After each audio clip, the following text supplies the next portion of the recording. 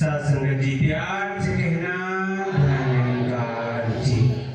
सत्संग जी, सतगुरु की बड़ी असीम कृपा कि हम बैठकर सत्संग कर रहे हैं।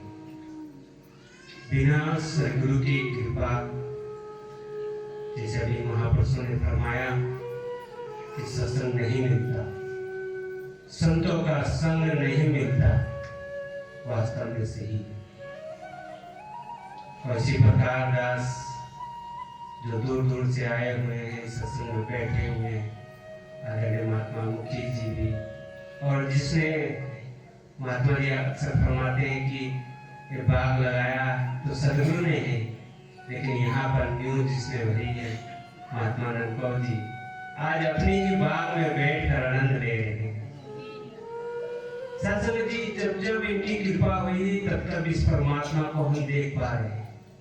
बड़ी कृपा होती है तब इस परमात्मा को हम हर समय हर क्षण देखते हैं और प्रेम करते हैं, और लमसम 1.5 घंटा से ज्यादा इस प्रेम में डूबने का अवसर प्राप्त होता है।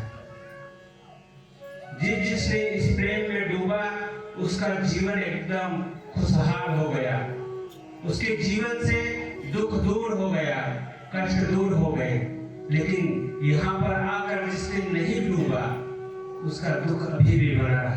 जैसे संतों ने अभी कहा है कि अगर सत्संग सेवा सुमरन भी हो रहा है फिर भी दुख क्यों है? क्योंकि उसने अपने किनारे में बैठकर केवल देख रहा, डूबा नहीं। जिस दिन डूब जाएगा वो ये नहीं कहेगा कि हम सेवा सत्संग सुमरन करके अभी भी हम दुखी हैं। सत्संग जी, फिर वही बात याद आती है कि हमारा तो भक्ति मांग वाली थी, स्वार्थ वाली थी, इच्छा वाली थी, लेकिन आज हमारे सदगुरु सिखा रहे हैं कि मेरी मांग वाली भक्ति न बन जाए। क्योंकि हमारी तो आदत थी, जब अभी अभी जो समागम हुआ उसमें राजपिता जी फरमाते हैं कि वो मेरी भी गलती नहीं थी, हमारे घर में ऐसे ठाव में ऐसे स्थान में जन्म हुआ कि वो वाली हमें भक्ति मिल गई, वो वाला हमें संस्कार मिल गया। संतों का संग नहीं मिला, सदगुरु का संग नहीं मिला, क्योंकि हमको यही समाज सिखा रहा है कि अगर हम परमात्मा से प्रेम करेंगे तो हम दुख से दूर रहेंगे, कलेश नहीं आएगा, कष्ट नहीं आएगा। सत्संग जी, वही आज हम करते आ रहे हैं। लेकिन आज जब हम सदगुरु का संग करते हैं, महापुरुषों का संग करते हैं, तो यही पाते हैं कि नहीं, हमें तो प्रेम दूसरा वाला करना है, निस्वार्थ वाला करना है, जिसमें प्रेम का स्वार्थ नहीं होता। अगर प्रेम महबूब अपने आशिक मतलब एक से प्रेम करता है, किसी को अगर चाह होती है तो उसमें चाह नहीं होती, उसमें मतलब एक तड़प होती है, एक मिलने की तड़प होती है कि केवल उसका हम नजर देख लें तो वो दिल में वो सुकून आ जाता है, क्योंकि वहां पे स्वार्थ नहीं होता। सत्संग जी, आज सतगुरु ने बहुत रहमत की है कि ऐसा प्रेम हमको सिखा रहे, निस्वार्थ प्रेम वाला।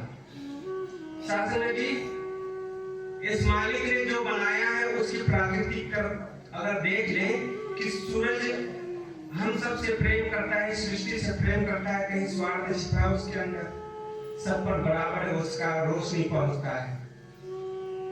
उसकी जो इस मालिक ने हवा बनाई उसमें कोई स्वार्थ छिपा है कि हम इस जात को देंगे, इस जात वाले को नहीं देंगे, उसकी कृपा सब पर बरस रही है।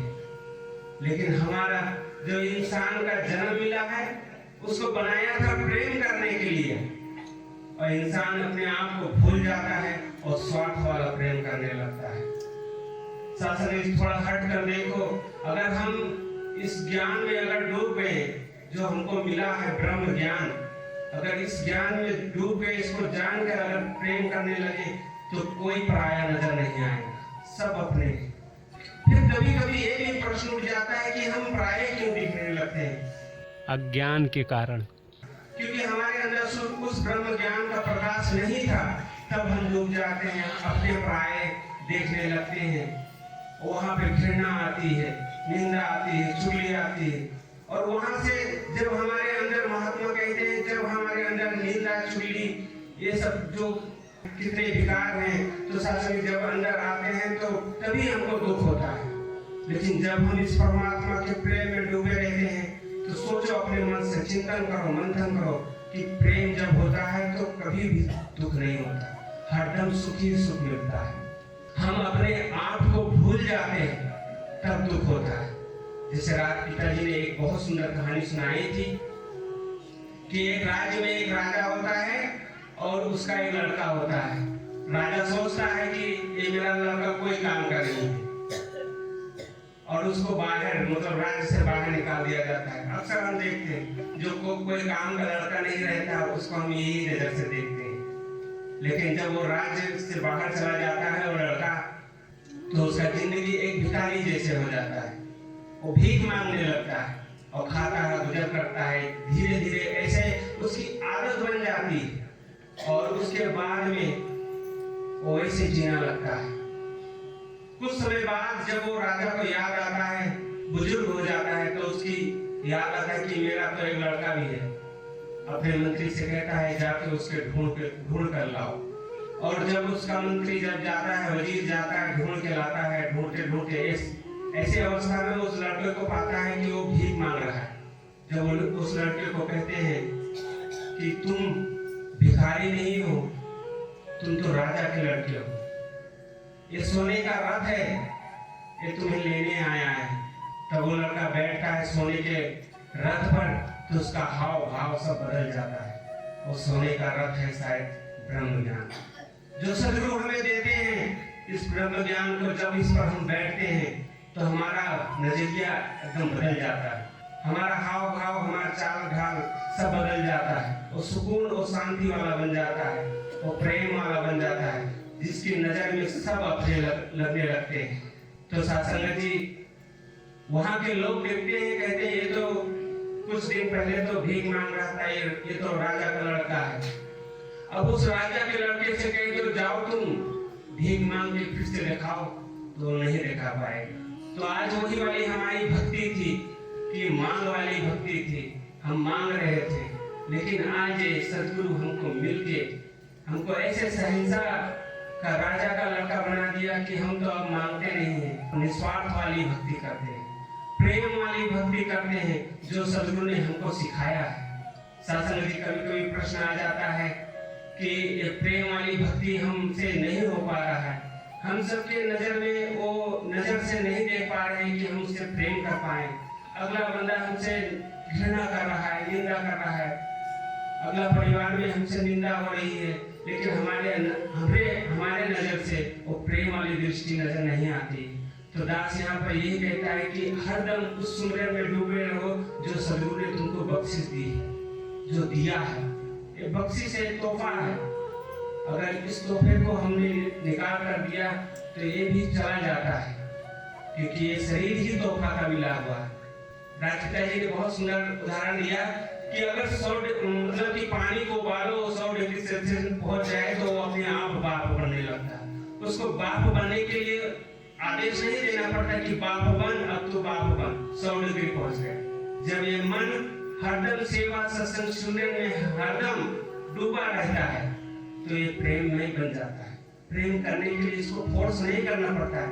संत महापुरुषों ने कहा इस मन के ऊपर, मन बहुत चंचल है, मन बहुत दूर दूर भाग जाता है, सारा करा धरा सब यही मन का है। ये अच्छा भी कराता है, सुकून में देता है, अच्छे भी कहता है और बुरा भी कहता है। लेकिन जब भक्ति में डूबे रहोगे हर क्षण तो ये मन तुमको सुकून में ले जाएगा। और है संतों की वाणी, सत्संग, सेवा, सुमिरन। सत्संग जी और इसके लिए बहुत अच्छा उदाहरण दिया कि ये मन को एक जगह बांधो। अगर बांधोगे नहीं मन को तो ये बंदर की तरह कि ये मन को अगर इस सुमिरन के रूपी इस एक निरंकार में बांधोगे नहीं। इसको बांधने का लिए सदगुरु ने ब्रह्म ज्ञान एक खंभा दिया है कि इसको सुमिरन करके इसको मतलब एक खंभे में इस निरंकार में बांध दो, इसी में विचलित करेगा, हरदम इसी का चिंतन करेगा। अगर हम इसको इसमें नहीं बांधेंगे तो ये संसार में जाएगा।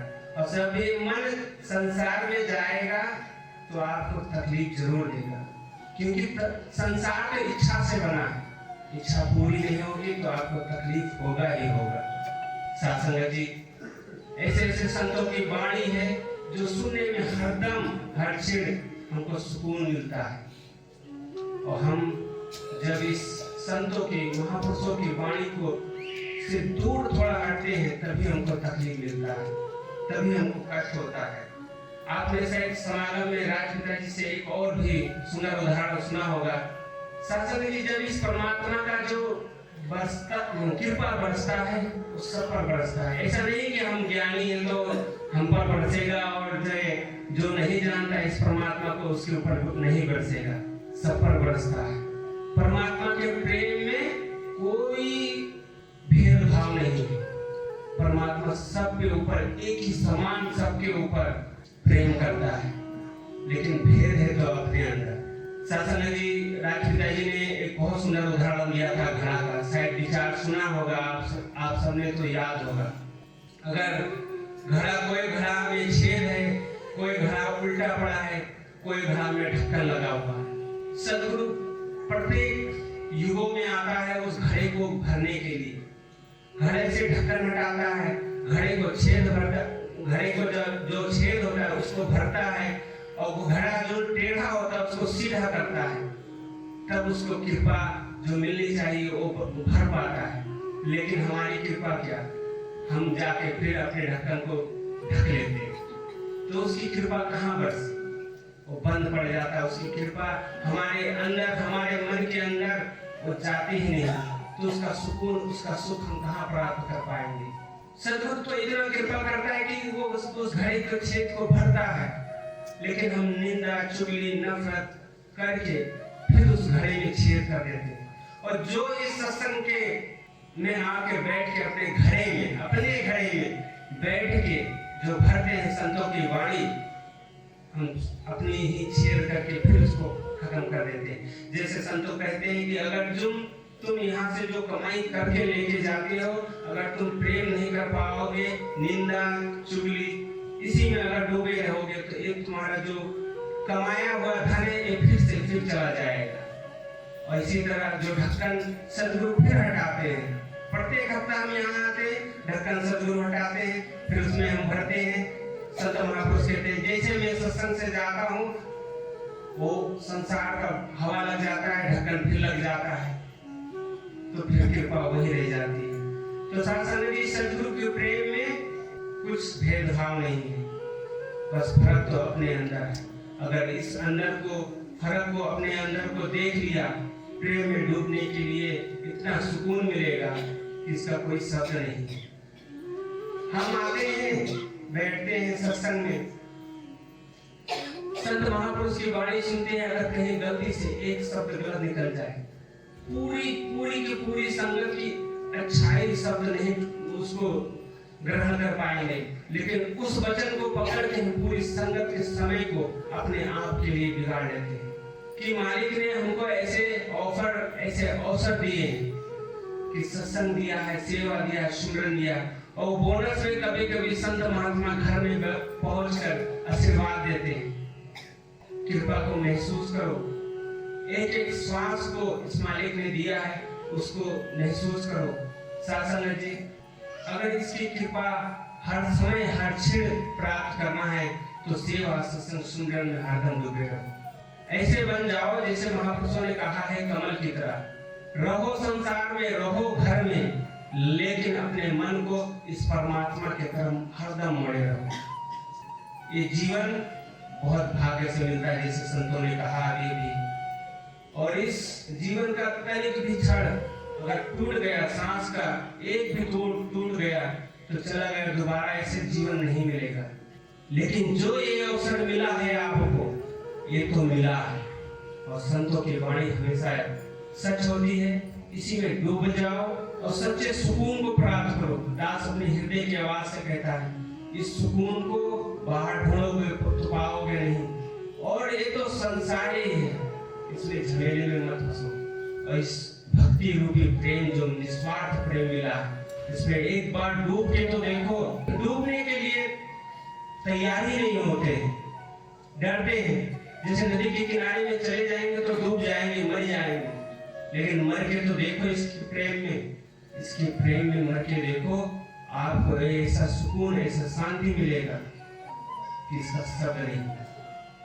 तो दास के शब्दों में बहुत ऐसा कुछ नहीं है, और कहने के शब्दों में दास से कुछ त्रुटियां हो गई तो क्षमा करना, प्यार से कहना। धन्यवाद।